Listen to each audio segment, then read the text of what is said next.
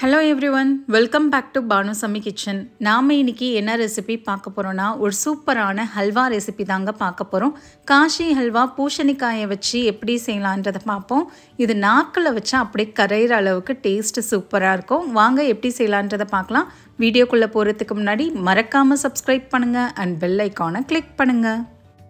இந்த ஹல்வா செய்கிறதுக்கு ஒரு மீடியம் சைஸ் பூசணிக்காவை எடுத்துக்கோங்க. ஃபஸ்ட்டு நம்ம இதை வெயிட் பார்க்கக்கூடாதுங்க. சின்ன சின்ன துண்டுகளாக்கி மேலே இருக்கிற தோலை முழுசாக சீவிடுங்க. பாருங்கள், மேலே இருக்க தோலை முழுசாக சீவிட்டு அதுக்கப்புறம் தான் நம்ம துருவின பிறகு மெஷர் பண்ணணுங்க. இப்போ உள்ளே இருக்கிற இந்த விதைகளையும் முழுசாக நீக்கிடுங்க. இந்த விதைகளை நம்ம யூஸ் பண்ணக்கூடாது. கத்தியோ ஸ்பூனோ இல்லை கையாலேயே அந்த விதைகளை முழுசாக இந்த மாதிரி நீக்கிடுங்க. இப்போ பார்த்திங்கன்னா நான் முழுசாக இந்த விதைகளை நீக்கிட்டேன். இப்போ நாம் இதை துருவிக்கலாங்க. இந்த மாதிரி சின்ன பல் துருவல் எடுத்துக்கோங்க. அப்படி இல்லைன்னா பெரிய சைஸ் துருவல்லையும் நீங்கள் துருவிக்கலாம். நான் பெரிய சைஸ் துருவல் தான் யூஸ் பண்ண போகிறேன். இது நல்லாயிருக்கும் சாப்பிட்றதுக்கு, கொஞ்சம் நறுக்குன்னு. நீங்கள் சின்ன பல்லாக இருந்தால் கூட அதில் கூட துருவிக்கலாம். எல்லா பூசணிக்காவையும் இந்த மாதிரி துருவி ஒரு பக்கமாக எடுத்து வச்சுக்கோங்க. டோட்டலாக பார்த்திங்கன்னா எனக்கு துருவுனதுன்னு பார்த்திங்கன்னா 4 கப் அளவுக்கு துருவின பூசணிக்காய் கிடச்சிதுங்க. 250 ml கப்பு நான் எடுத்திருக்கேன். இப்போ துருவின பூசணிக்காவை வடிகட்டியில் இதை கையால் பிழிஞ்சு விட்டுக்கோங்க. இது ஆப்ஷனல் தாங்க. நீங்கள் இந்த பிழியாமல் டைரெக்டாக அப்படியே கடாயில் சேர்த்து கூட செய்யலாம். ஆனால் அளந்து மட்டும் பார்த்துக்கோங்க. எனக்கு 4 கப் அளவுக்கு வந்தது. உங்களுக்கு எத்தனை கப் வருதுன்றதை அளந்து மட்டும் பார்த்துக்கோங்க. இப்போ பார்த்திங்கன்னா பிழிஞ்ச தண்ணியும் தனியாக எடுத்து வச்சுருக்கேன். பிழிஞ்ச பூசணிக்கான்னு பார்த்திங்கன்னா எனக்கு 4 கப் அளவுக்கு வந்துச்சு. மெஷர்மெண்ட் கப்பு தாங்க யூஸ் பண்ணியிருக்கேன். 250 ml மெஷர்மெண்ட் கப் எடுத்திருக்கேன். எந்த கப்பில் நீங்கள் பூசணிக்காயை அளந்தீங்களோ அதே கப்பு தான் கடைசி வரைக்கும் யூஸ் பண்ணணும். இப்போது ஒரு கடாயை எடுத்துக்கோங்க. இதில் நம்ம எடுத்து வச்சுருந்த பூசணிக்காய் தண்ணியும் சேர்த்துட்டு மிதமான சூட்டில் எடுத்து வச்சுருந்த பூசணிக்காய் துருவலையும் சேர்த்துக்கோங்க. அடுப்பு தீயை மீடியம் ஃப்ளேமில் வச்சுக்கோங்க. இந்த ஃபுல் ப்ராசஸும் நீங்கள் மீடியம் லோ ஃப்ளேமில் தான் செய்யணும். இப்போ நாம் இந்த பூசணிக்காயை வேக வச்சுக்கலாங்க.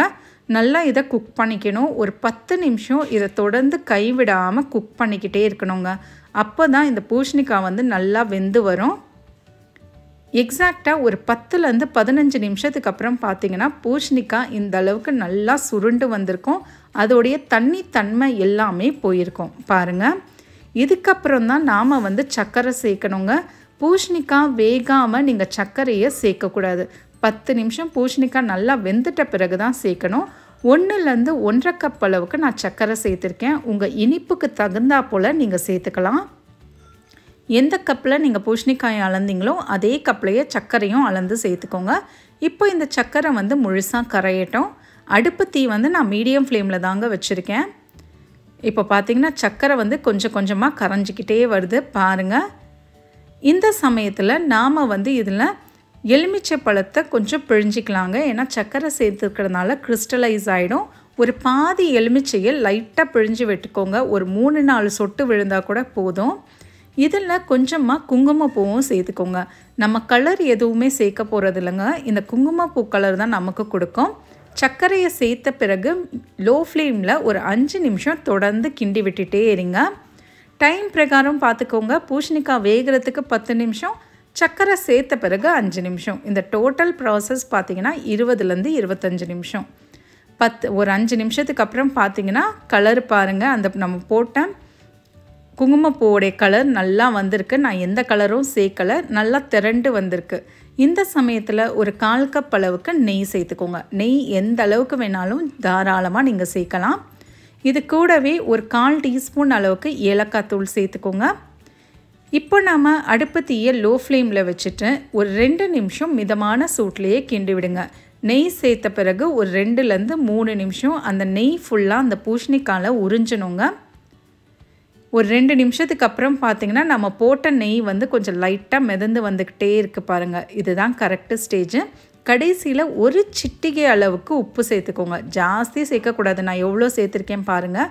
அவ்வளோண்டு உப்பு தான் சேர்க்கணும். சேர்த்துட்டு கொஞ்சமாக 1 நிமிஷம் மட்டும் கலந்து விட்டுட்டு வறுத்து வச்சுருந்த முந்திரி பருப்பையும் இதில் சேர்த்துக்கோங்க. இதில் முந்திரி, பிஸ்தா, பாதாம் எது வேணாலும் சேர்க்கலாங்க.